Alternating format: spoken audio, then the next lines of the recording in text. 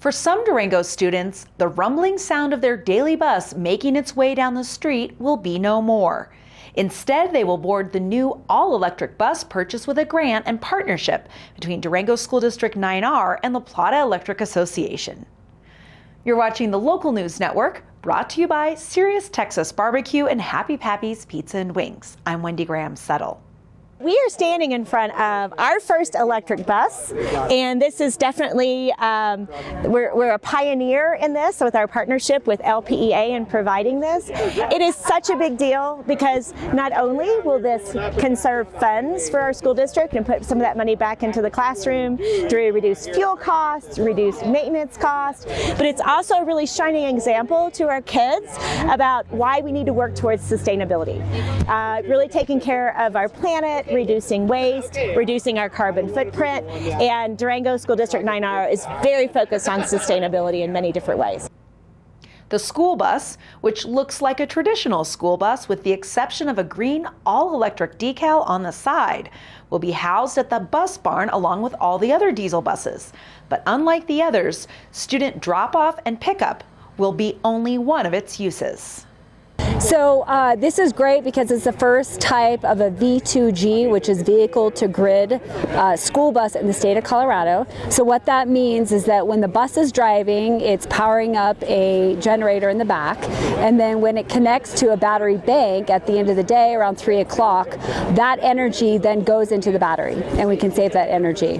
And so when we don't need the energy, it's stuck there, but then when we need it, we can actually discharge the battery back into the bus. So it's really helpful during peak time. So what that means is that when there's higher energy prices, is we can actually use the energy in the battery to help shave those peak loads to reduce our costs as a community. So obviously we need a lot more of these, but this is the first of its kind, so we can test it and see how it works. During the day and late at night, when many people are at work or asleep and overall energy use is low, the bus will be charged to full power at the bus barn charging station. The bus can then start its 75-mile route at full charge to pick up students and ferry them to school, both in town and further afield. Even though the bus may run slower in colder weather, it will still save the district hundreds of dollars a week in fuel costs alone. The power for the charging station will also draw from primarily reusable sources, such as solar and wind energy, to help make the bus even greener. If this bus turns out to be a success, there are plans to convert more buses into electric vehicles.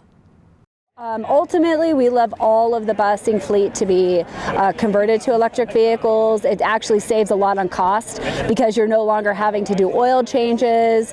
The maintenance on electric vehicles are down, so then that will save costs for the school districts. But then it also helps La Plata Electric because it's actually now a more reliable, resilient grid network that we're creating.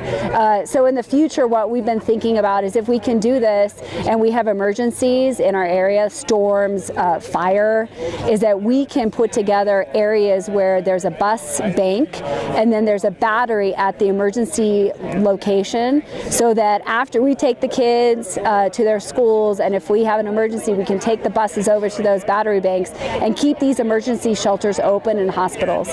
So it really creates a way more resilient community. Although significantly quieter than its fossil fuel counterparts, the all-electric bus will soon be on the road helping to lighten the local carbon footprint and perhaps leading the way for more sustainable vehicles.